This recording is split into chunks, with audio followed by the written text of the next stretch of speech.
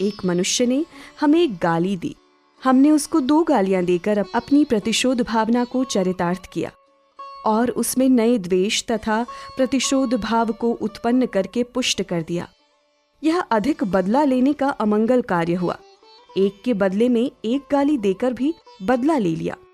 हमने अपने को सभ्य मानकर गाली नहीं दी, पर पुलिस में रिपोर्ट करके या कोर्ट में नालिश करके उसका बदला लेने का प्रयत्न किया। अपने को बहुत ही भला सत्पुरुष मानकर हमने कोई कानूनी कार्रवाई तो नहीं की, परंतु यह कह दिया कि हम क्यों गाली के बदले गाली देकर अपनी जबान गंदी करें तथा क्यों कानूनी कार्रवाई करके अपने समय, शक्ति तथा धन का अपव्यय करके वैर मोल लें। न्यायकारी ईश्वर सब देखते ही हैं, वे स्वयं ही इसको उचित दंड देंगे। यूं कहकर हमने न्यायकारी सर्वसमर्थ ईश्वर के दरबार में नालिश कर दी। प्रतिशोध लेने की भावना ने यहाँ भी पूरा काम किया।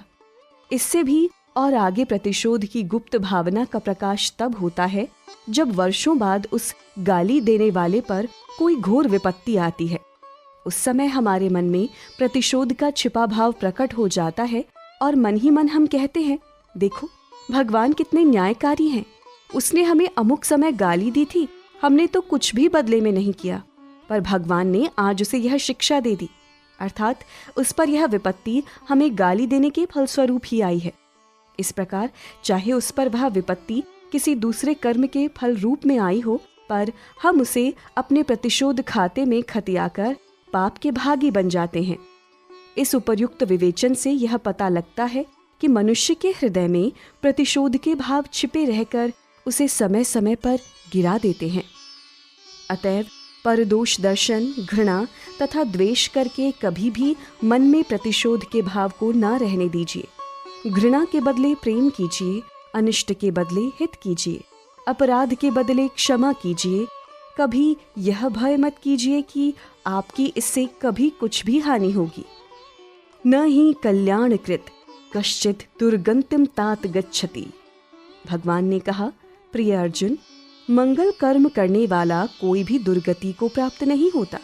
साथ ही यह भी मत सोचिए कि आपका सत प्रयत्न व्यर्थ होगा, वरन आपके सद्विचार तथा सद्भाव समस्त वातावरण में फैलकर आपके हृदय में तथा आपसे विरोध रखने वालों के हृदय में भी पवित्रता, मैत्री तथा शांति का विस्तार करेंगे। आप किसी शत्रु को मित्र बनाना चाहते हैं तो उसके गुण देखकर उसकी सच्ची प्रशंसा कीजिए, उसके प्रति सम्मान प्रदर्शित कीजिए तथा उसके हित का, उसकी भलाई का शुभारंभ कर दीजिए। उस प्रसंग को ही भूल जाइए जिसके कारण आपके मन में उसके प्रति विरोधी भाव उत्पन्न हुए थे। आप अपनी शुभ भावना से उसके हृदय को निर्मल रूप में देखिए। उसके हृदय में सदा विराजित भगवान के मंगलमय दर्शन कीजिए और मन ही मन सदा उसको नमन कीजिए। सिये राममय सब जग जानी, करऊं प्रणाम जोर जुग पानी। उमा जे राम चरण रत, बिगत काम मद क्रोध। निज प्रभु मय देखहि जगत, केहि सन करहि विरोध। भगवान की वस्तु भगवान को सौंप दो। श्रीमद् भागवत में नारद जी के वचन है कि जितने से अपना पेट भरे उतने ही पर मनुष्य का अधिकार है। जो इससे अधिक पर अपना अधिकार मानता है वह चोर है, उसे दंड मिलना चाहिए। यावद भ्रियेत जठरम तावत स्वत्वम ही देहिनाम, अधिकम यो भी मन्येत सस्तेनो दंडमहर्ति। भगवान ने स्वयं गीता में कहा है, संतो मुच्यन्ते किल विषय भुंजते ते त्वघम पापा ये पचन्त्यात्म कारणात्। यज्ञ से प्राणी मात्र की सेवा से बचे हुए अन्न को खाने वाले सज्जन पुरुष समस्त पापों से छूट जाते हैं, और जो पापात्मा अपने लिए ही पकाते हैं वे पाप खाते हैं। इससे यह सिद्ध है और यही उचित भी है कि हमारे पास जो कुछ है या हम जो कुछ भी कमाते हैं वह केवल हमारे अपने लिए ही नहीं है, सबके लिए है। उसमें हमारा उतने पर ही हक है जितने से दूसरों की तरह ही हमारा जीवन निर्वाह हो सके।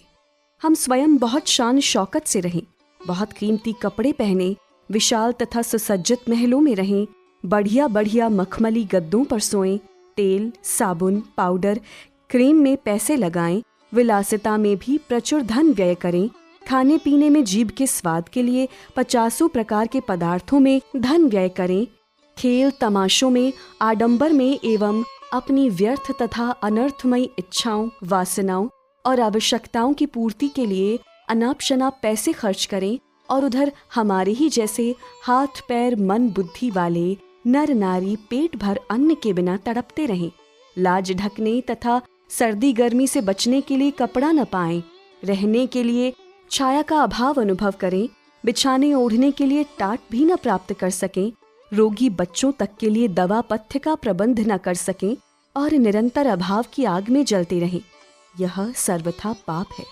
दुखियों की ओर ध्यान न देकर अपनी स्वार्थपरता में लगे रहने वाले ऐसे ही लोगों को भागवत ने चोर और गीता ने पाप खाने वाले बताया है। वास्तव में यह आसुरी राक्षसी संपत्ति का एक जीता जागता स्वरूप है। अभी देश में जगह जगह बाढ़ आई, लाखों घर बह गए, करोड़ों की खेती नष्ट हो गई, हजारों जानें गईं, असंख्य पशुधन का विनाश हुआ। बाढ़ पीड़ित लाखों हमारे ही जैसे मन बुद्धि शरीर वाले नर नारियों, वृद्ध बालकों को दाने दाने के लिए तरसना पड़ा।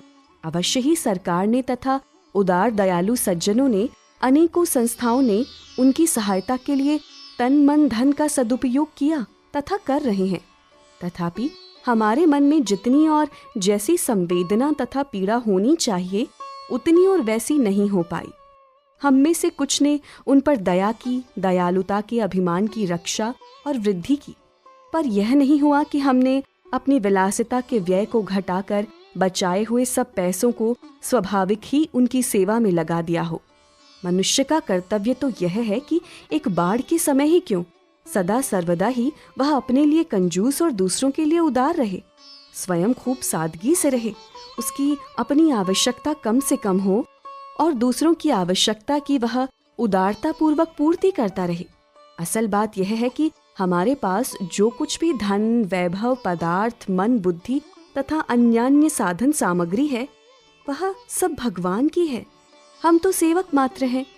जब जहाँ जिस किसी वस्तु का अभाव होता है, तब वहाँ भगवान ही हमसे, यदि वह वस्तु हमारे पास है, तो अपनी उस वस्तु को अभावग्रस्त के रूप में मांगते हैं। जहाँ अन्न का अभाव है, वहाँ वे अन्न मांगते हैं। जहाँ वस्त्र का अभाव है, वहाँ वस्त्र मांगते हैं। हमें उचित है कि ऐसे अवसर पर हम बिना किसी अभिमान के नम्रतापूर्वक भगवान की वस्तु, भगवान की सेवा में ईमानदारी से समर्पण करते रहें और इसमें अपना परम सौभाग्य समझें। अपनी आवश्यकता को बहुत बढ़ाकर तथा झूठी शान दिखाने के लिए बहुत अधिक खर्च करने वाले लोग यदि विचारपूर्वक अपनी आवश्यकता कम कर लें और सादगी अपना लें, तो उस बची हुई रकम से आसानी के साथ बहुत सेवा हो सकती है। जैसे एक धनी आदमी 500 रुपए का कोट पहनता है, वह यदि 20 रुपए का कोट पहनकर 480 रुपए बचा ले और उनसे 10-10 रुपए के 48 कोट 48 व्यक्तियों को दे दे, तो एक एक के बदले 49 का तन ढक सकता है। इसी प्रकार 500 रुपए की साड़ी पहनने वाली अमीर बहन स्वयं 20 रुपए की साड़ी पहन ले और शेष 480 रुपयों से 5-5 रुपए की 96 साड़ी 96 गरीब बहनों को दे दे, तो एक एक के बदले 97 साड़ी मिल जाती है। आपको बता दें कि जब ये सब लिखा गया, साड़ी अथवा कोट की कीमत उस समय के परिप्रेक्ष्य में लिखी गई है। इसी प्रकार अनावश्यक मिथ्या आवश्यकता और झूठी शान के बहुत से खर्च घटाए जा सकते हैं और उन पैसों से दूसरों की आवश्यकता पूरी की जा सकती है। इससे अपनी विलासिता की, फिजूल खर्ची की तथा शान से रहने की बुरी आदत छूटेगी। जीवन सुखी रहेगा और अनायास ही भगवान की सेवा बनेगी। ऊंचा स्तर अधिक खर्च लगाकर शान से रहने में नहीं है, ऊंचा स्तर है हृदय की विशालता में। जो हृदय सबकी सेवा के लिए, सबके सुख हित के लिए सदा ललचाता रहता है और अपना सब कुछ देकर प्रसन्नता का अनुभव करता है, वही हृदय विशाल है और यही जीवन का उच्च स्तर है। याद रखना चाहिए, संसार के ये धनादि साधन नहीं रहेंगे, ये तो छूटेंगे ही। अतएव इनको अभावग्रस्त भाई बहनों की सेवा द्वारा भगवान की सेवा में लगाकर सार्थक कर लेना चाहिए।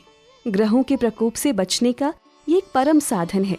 यह नियम है कि थोड़े से बीज से बहुत फल प्राप्त होने के न्याय से हम दूसरों के लिए जो देंगे वही हमें अनंत गुना होकर वापस मिल जाएगा। हम दूसरों को विपत्ति से बचाएंगे तो भगवान हमें घोर विपत्ति से बचाएंगे।